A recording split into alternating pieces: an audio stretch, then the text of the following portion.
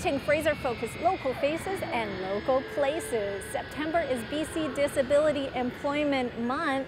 A group of business professionals gathered in 2013 to form the President's Group to focus on inclusion opportunities in the workplace.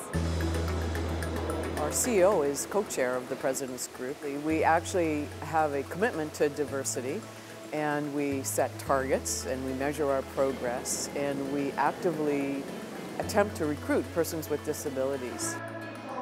Disability Employment Month in BC, it's actually a pretty cool opportunity for organizations and individuals to celebrate people with disabilities across the province.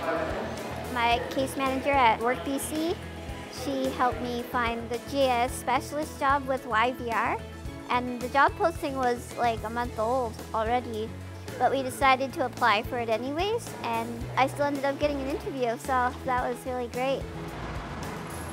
For people with disabilities, there's a lot of different factors that go into making it difficult to find a job, such as location, transportation, medical concerns.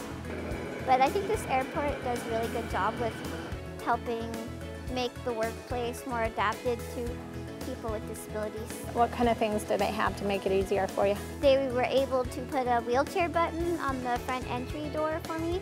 They also adapted some of the stuff in the washroom, and they also changed my desks around in my cubicle so that I could park my chair better.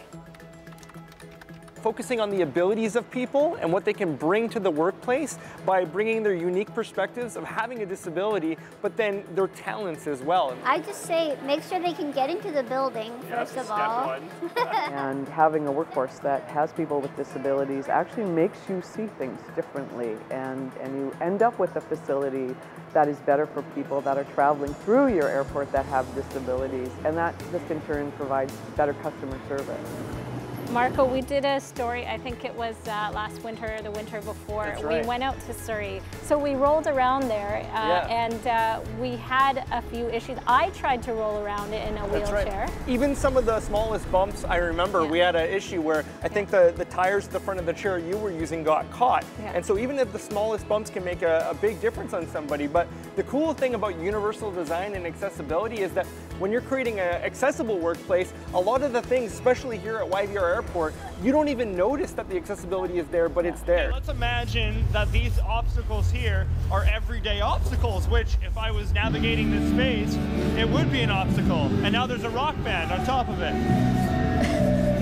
That gives us some wheeling music. There you go. So stretching outside of physical accessibility, you got to think about people with auditory challenges or maybe hearing challenges. So the airport's been designed in such a way that the acoustics are a lot more dampened. So a lot of these adaptions and things that employers can do, they don't necessarily cost a lot of money, but they make a big difference. There's no arm rest here, and so that's so that somebody in a wheelchair can easily transfer out of their wheelchair if they wanted to into one of these seats here, right? So just yet another accessibility feature. I think it's good just to give somebody with a disability a chance. And there's also grants and stuff that employers can get from the government to improve accessibility in the workplace. Now we just keep going. I mean, that's what you got to do, right? Stats Canada says the unemployment rate for a person with disabilities is 4.5 percentage points higher than the rate of those without disabilities. You're watching a Fraser Focus. Stay with us.